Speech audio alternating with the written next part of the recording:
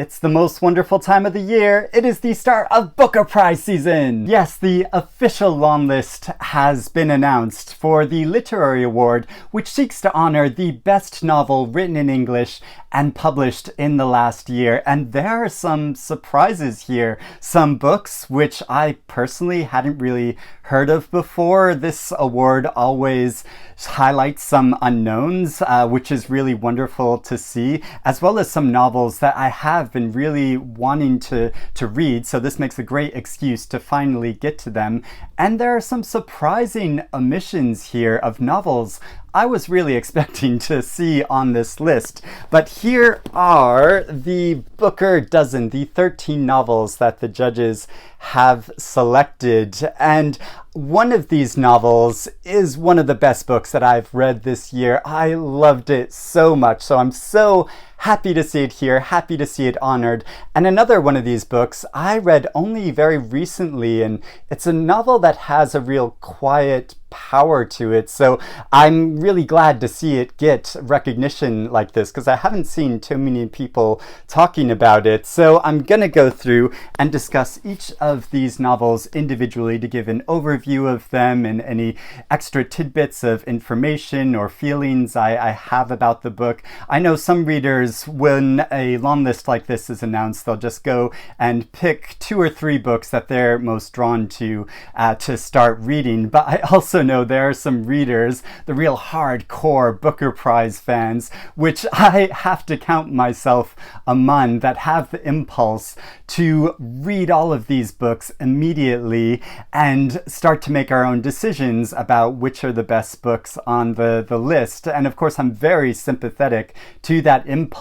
But in the last year or two, I've been really trying to pull myself back and savor and enjoy these books and take my time with them, rather than racing through them, because I feel like we can miss some of the enjoyment, but also the depth and the real intelligence of these books that the judges have selected for the list. So I just make that little caution. If you have that impulse, we have time to read all of these books, because the shortlist will be announced on September 21st, and then the winner will be announced on November 26th. So we do have time to, even though it's a lot of books, 13 novels, to read all of these books. But like I said, I've only read 2 of these books so far, which is very unusual usually when the long list is announced, because I read so much new literary fiction. I'll have read at least 3 or 4 of the books. But yeah, this year there's a lot more to explore and discover, which is really exciting. So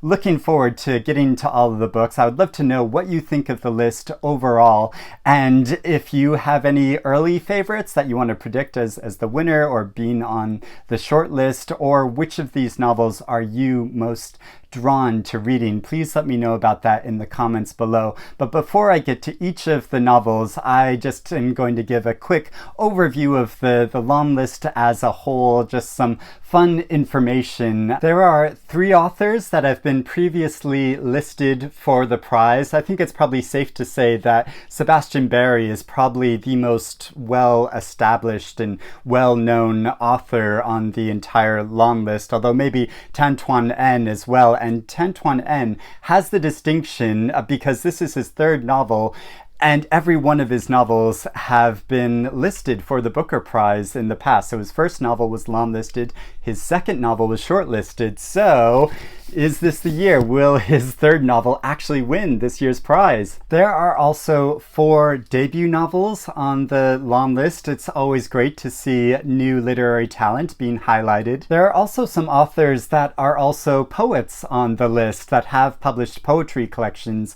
in the past. Yes, Sebastian Barry is better known as a novelist and a dramatist, but he has also published some poetry collections, and it's not all that surprising that there are some more lyrical voices on this list, given that one of the judges is Mary Jean Chan, who is an award-winning poet, and yes, I highly recommend reading her collection Flesh. There's a strong Irish presence on this year's long list, which is wonderful to see, especially because whenever an English literary award has a lot of Irish authors on it, the today, the Irish newspapers are all going to be shouting about, like, yes, strong presence for Ireland on this English Literary Award. The longest novel on the list is The Bernstein, which is 643 pages, and the shortest novel is Western Lane, which is only 161 pages. So, do you like big books or slimmer books? Now, to get into each of the books, and I'm going to start with the novel that I am so thrilled to see on this list because I loved it so much, in Ascension by Martin MacInnes. This epic story about a woman who is a scientist that is cultivating this new strain of algae as a sustainable food source, and her investigation into the nature and the origins of life take her to the depths of the ocean and the furthest reaches of outer space. And it is such an epic and awe-inspiring journey that I fell in love with this story so much that when I got to the end of this novel, I went right to the beginning and I read it all over again because it's so fascinating to see how the end connects with the beginning and themes that are threaded throughout the book, and the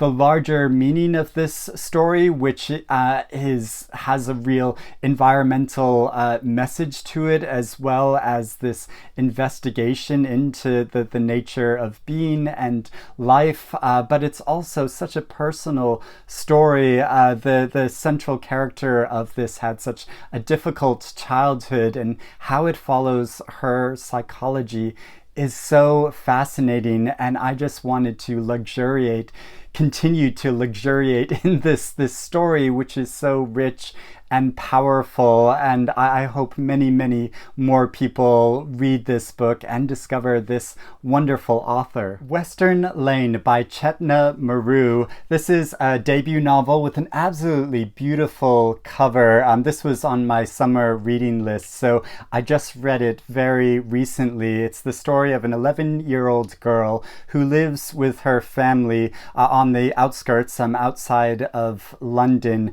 and before the novel begins, her mother just recently died. And rather than outwardly grieving, her family channel all their energies into the sport of squash, which this 11-year-old girl becomes very proficient in, and she enters a competition for it, and her father trains her. And the storytelling has such, it's a very straightforward style of sentences, but they are really impactful because you're aware throughout the entire novel, through her observations and the actions of the characters, that they are suppressing a lot of their feelings of grief for the loss of the wife and the mother of this family. It is such a touching story about coming of age and reconciling one's place in the world, dealing with ambition and tender young romance, but also the relationship between her and her older sisters and her father is so wonderfully handled. So this is a very beautiful, slender novel. Then there are the novels from the long list which I haven't read yet, including This Other Eden by Paul Harding, which I've been anticipating so much. And you might have guessed that it would be on this long list, given that one of the judges, S.A. Adujan, is on the cover endorsing this novel, which is set in the early 1900s on an island off the coast of the state of Maine, which is where I personally grew up, though I live in London now. So it's made me really want to read this story by this much lauded author who's winner of the Pulitzer Prize. This is only his third novel, and so it's about the group of inhabitants on this island who are made up of a mixture of races, and how the larger civilization intrudes upon this island to quote-unquote cleanse the island, and about the conflicts of that and the fate of these individuals over a period of time, and of family in particular. So sounds like such a strong, fascinating main story. Study for Obedience by Sarah Bernstein. This is a novel about a woman who leaves her home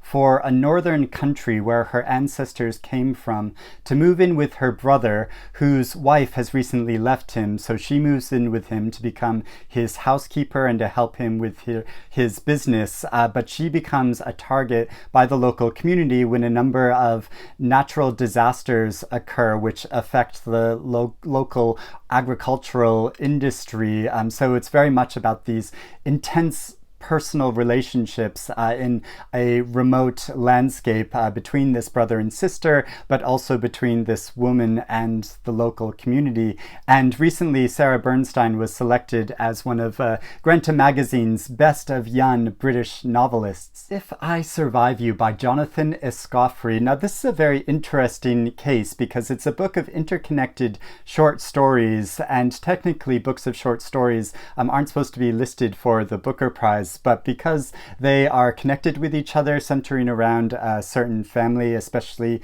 a young man, I think it can kind of count as a novel. But personally, I'm really happy to see it on this list because that's kind of my favorite form of fiction that kind of treads the line that can show these like pockets of experience, but from very different points of view to create an overall picture of certain characters and themes. So I find it very powerful, and I have read the first two stories of this book earlier this year, and they were so good. I just got distracted from reading it and then read something else, so really meant to get back to it. So I'm so happy to have an excuse to read the entire thing now. I even restarted it at one point and read the first story again, which is so powerful. Is this incredibly imaginative and meaningful exploration of racial identity of a young man who doesn't really know where he fits in and is trying to feel out his place in society and how he is perceived. And it's written in the second person, which again is such an interesting form of narration that treads can kind of work in two ways at once, where it's this character's relationship with themselves, but also speaking to you, like the author speaking to the reader. So has this real power to it, and so fascinating. Looking at this period of time during economic depression and a family that's sort of struggling to stay together and to find their place in the world. So Jonathan Escoffery is an American author of Jamaican parentage. Also, it may bode well that former Booker Prize winner Marlon James is on the cover endorsing this novel, calling it kaleidoscopic, hilarious, and revelatory. How to Build a Boat by Elaine Feeney. This is a novel about a boy in an Irish community who's a bit of an outsider because he has a very mathematical mind, although he loves the author Edgar Allan Poe. And it's about a relationship he forms with two teachers of his because he wants to form a connection with his mother, who he's never known because she died when he was born. So it's about him trying to find a method for forming a connection with her, and about the relationship he develops with these teachers who are also somewhat outsiders in their local Irish community. And also there's another Booker Prize winner that endorses it on the cover, Douglas Stewart, who calls it a gorgeous gift of a novel. The House of Doors by Tan Tuan En, and this is a novel about the author W. Somerset Maugham when he traveled to Malaysia in the 1920s, when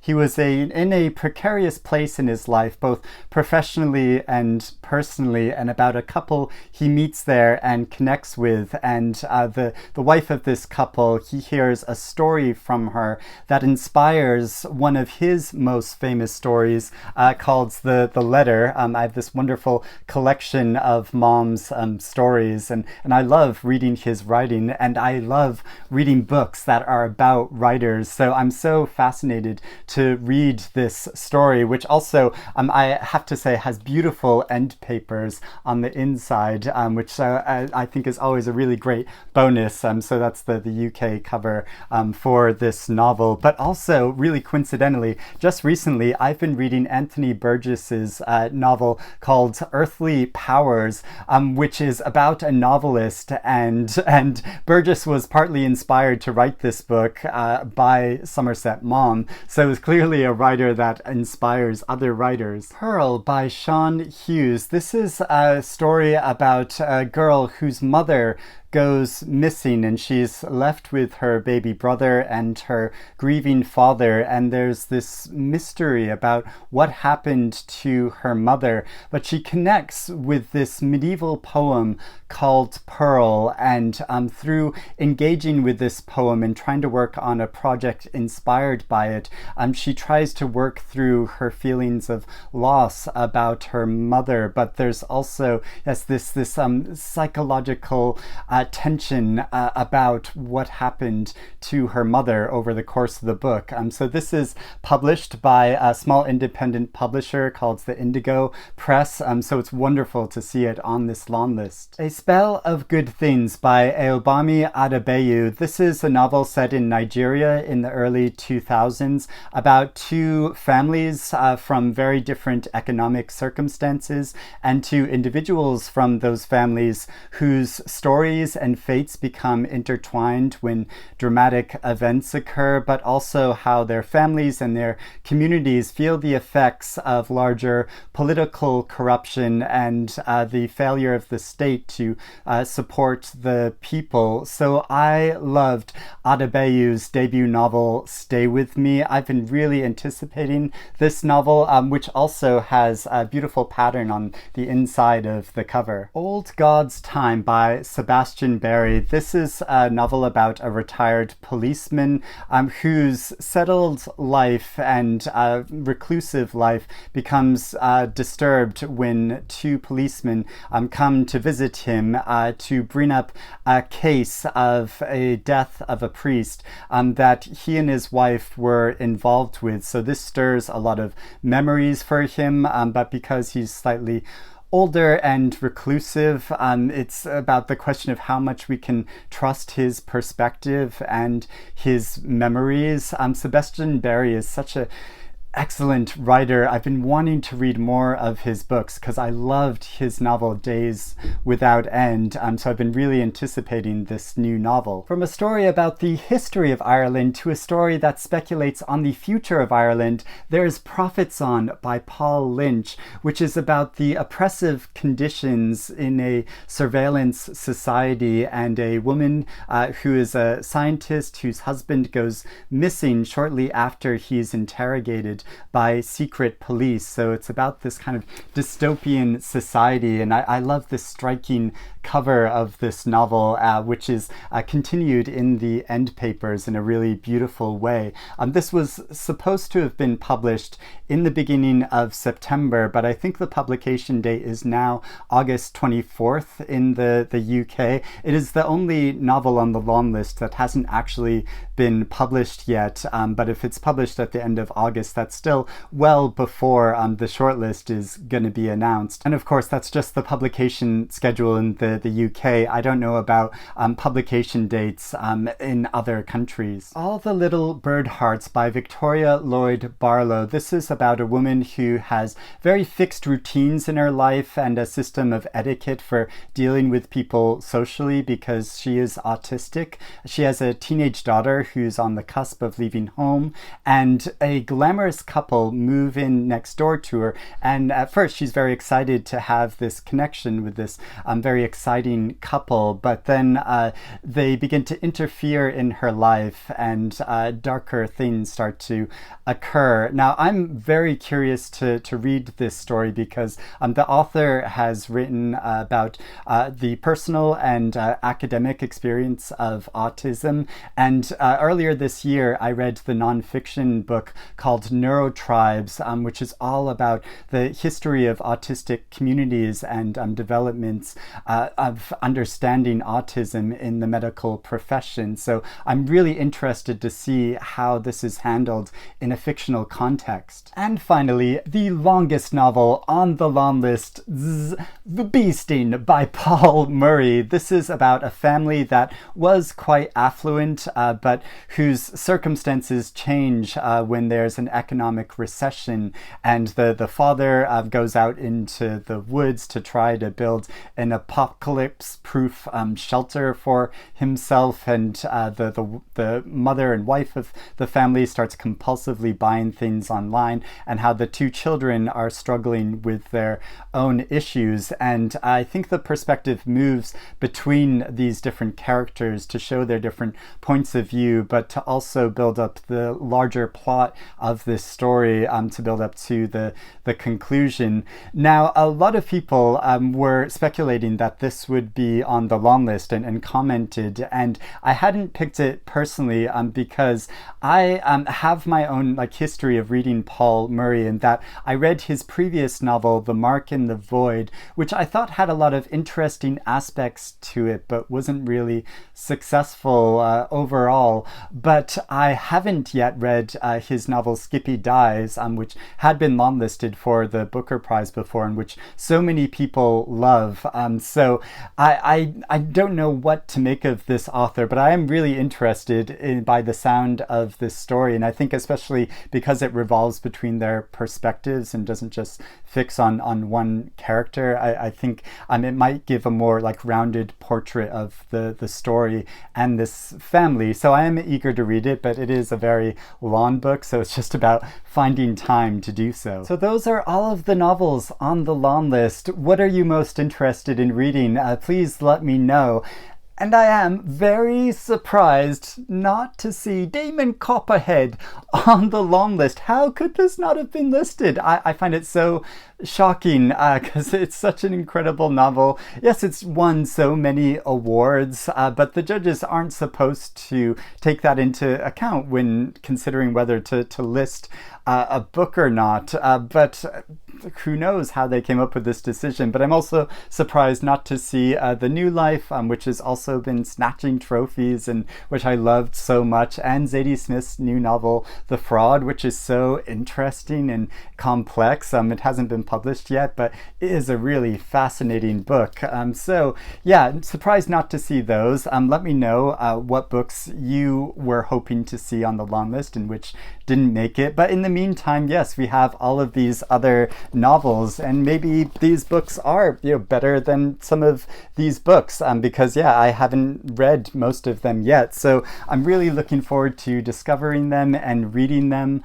I don't know what I'm gonna start with. I'm not sure. I might finish reading If I Survive You first, because like I said, I had started this book and I've been meaning to finish it and found the first story so powerful. But I know also people have opinion about the controversial thing of a book of short stories being on the long list, even though they are connected with each other. So let me know which book you're most interested in starting reading first. I'd love to hear about that in the comments below, and let me know what you think of the list as a whole. The shortlist will be announced on September 21st, so we'll see which 6 books get selected for that. But in the meantime, let's just enjoy exploring these different books in a leisurely way and really taking them in and savoring these stories. I'm really looking forward to that. So thank you for watching. I hope you're doing well and reading good things, and I will speak to you again soon. Bye-bye.